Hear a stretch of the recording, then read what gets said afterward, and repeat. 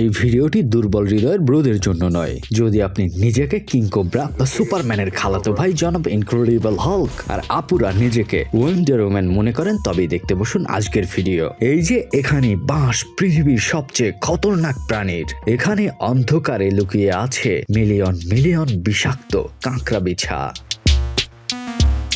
তবে কেন এমন বিশাল সংখ্যায় কাঁকড়া বিছা এখানে লুকিয়ে রয়েছে, এর উদ্দেশ্যই বাকি। চলুন আজকে আমি সজল আপনাদের নিয়ে যাব কাঁকড়া বিছাদের সাম্রাজ্যে, আর জানাবো ঠিক কি কারণে এসব পালন করা হচ্ছে। এগুলো ফিমেল কাঁকড়া বিছা। এদের খামারে প্রজননের জন্য রাখা হয়েছে। ওরা অলরেডি বাচ্চা ফুটিয়েছে। মা ও সন্তানদের আলাদা আলাদা কাপে রাখা হয়েছে।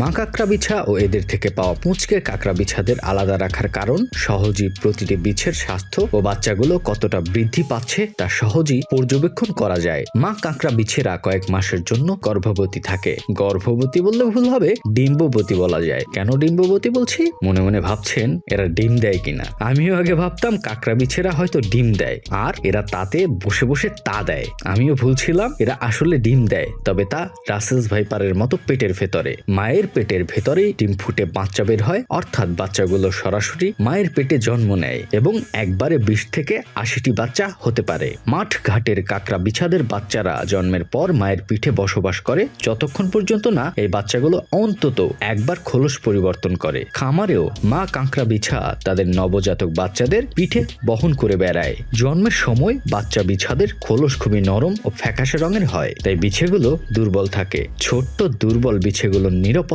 ও আত্মরক্ষার ক্ষমতা না থাকায় আলাদা রাখা জরুরি হয়ে পড়ে, যাতে দুর্বল ভেবে নিজের মা ক্ষুধা লাগলে না আবার বাচ্চাদেরই খেয়ে নেয়। বাচ্চা কাঁকড়া বিছাদের আলাদাভাবে লালন পালনের দরকার হয়। সাধারণত খামারে জন্মের প্রায় 1 থেকে 2 সপ্তাহ পরে ওরা খোলস পরিবর্তন করলে আলাদা করে রাখা হয়। এখানে দেখুন মিলিয়ন মিলিয়ন বাচ্চা কাঁকড়া বিছারা খোলস পরিবর্তন করছে, আর শীঘ্রই ওদের রাখা হবে আলাদা কোনো পরিবেশে। ব্রো, এখনো পর্যন্ত যদি ভিডিওটি দেখা চালিয়ে যান, আমি আমার সেসব ভাই আপুদের বলবো দেখা স্টে রাখুন, কোথাও যাবেন না। সামনে আরো চমক রয়েছে, আর উপরে একটা লাইক বাটন আছে। ভিডিওটি এই অবধি দেখে ভালো লাগলে লাইক দিতে পারেন, টানা হ্যাসটা করবো না। আপনার ভালো লাগলে তবেই দেবেন। আর যদি মনে হয় একে সাবস্ক্রাইব করাও দরকার, তবে ভুল করে সাবস্ক্রাইব করে দেবেন, ওটাতে ক্লিক করে দেন। যাই হোক, জন্মের প্রায় 10 দিন পর বাচ্চা কাঁকড়া বিছারা মাটিতেও চলাচল করতে পারে এবং নিজে নিচে থাকার সংগ্রামের জন্য প্রস্তুত হয়। এই সময়ের মধ্যেই ওদের মা আবারও প্রজনন করে নতুন বাচ্চা দিতে শুরু করে। বাচ্চাদের পরিপক্ক হতে 6 মাস সময় লাগে, আর এই বাচ্চাগুলোই 1 থেকে 2 বছর বয়স হলেই শরীরে বিষ উৎপন্ন করতে শুরু করে। আমরা হয়তো সবাই জানি কাঁকড়া বিছারা শীতল রক্তের প্রাণী, তাই সঠিক প্রজননের জন্য খামারের তাপমাত্রা নিয়ন্ত্রণ করা খুবই গুরুত্বপূর্ণ। ওরা শুকনো পরিবেশ পছন্দ করে এবং অতিরিক্ত আর্দ্রতায় খুবই অ্যালার্জি ওদের।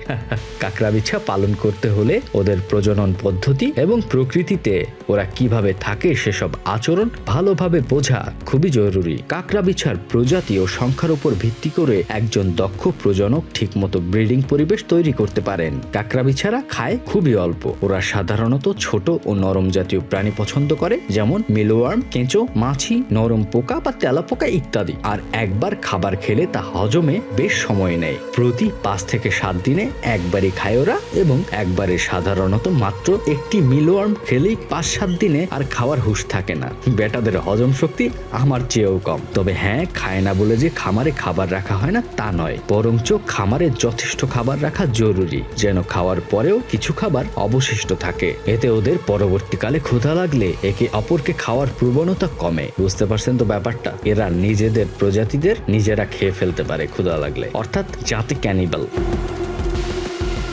বড় পরিসরে কাঁকড়া বিছা পালন করলে খাবারের নির্ভরযোগ্য উৎস থাকা লাগবেই লাগবে, তাই মিলওয়ার্ম আলাদাভাবে পালন করেন বড় খামারিরা। তো এখন জানবো, এই যে এত কষ্ট করে পালন করে, তারপর এগুলো কোনো কাজে লাগে কিনা। কাঁকড়া বিছা মূলত খুবই মূল্যবান ঔষধি প্রাণী। খোদ চীনেই 150টিরও বেশি আন্তর্জাতিকভাবে পেটেন্ট প্রাপ্ত এমন ঔষধে কাঁকড়া বিছার উপকরণ হিসেবে ব্যবহার করা হয়। সাম্প্রতিক সময়ে গবেষকরা দেখেছেন কাঁকড়া বিছায় বংশবৃদ্ধি এবং কিছু টুটশক্তি বৃদ্ধিকারী প্রভাবও আছে। You know what I mean? বুঝলে বুঝপাতা, না বুঝলে বিশ্বে কাঁকড়াবিছার বিষ অর্থনৈতিকভাবে বেশ প্রভাবশালী। এর বিষ দিয়ে বছরে $বিলিয়ন পর্যন্ত আয় হয়।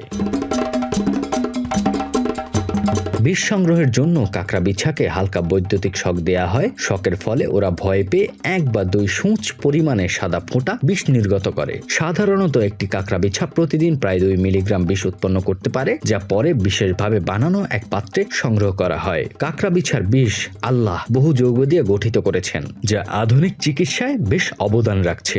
বর্তমানে বিজ্ঞানীরা এর বিষের বিশেষ যৌগ নিয়ে কাজ করছেন, যাতে chronic pain, cancer, Alzheimer, stroke ও অন্যান্য রোগের চিকিৎসার ঔষধ হিসেবে ইতোমধ্যেই কাজ করছে। আর থাইল্যান্ডে এখানে কাঁকড়াবিছা জনপ্রিয় স্ট্রিট ফুড। কাঠিতে কাঠিতে সাজানো থাকে। থাইরা খুব মজা নিয়ে খায় দেখছি, আবার ফুড ব্লগাররাও খায় দেখছি, মূলত নতুন কিছু স্বাদ নিতে বা অ্যাডভেঞ্চার ধর্মী অভিজ্ঞতার কারণে। থাইল্যান্ডে যেসব পর্যটকরা যান তারা একটু চেখে দেখেন। এই দেখুন, এই লোক বলছে, ও খুদা, ক্রিস্পি ভাজা কাঁকড়াবিছা খাওয়া একটা বিশেষ ও রোমাঞ্চকর অভিজ্ঞতা আমার জন্য। বিশেষ করে যারা আমার মতো প্রথম এই ধরনের খাবার উপভোগ করতে পছন্দ করেন, তারা এটাকে খুব পছন্দ করবে।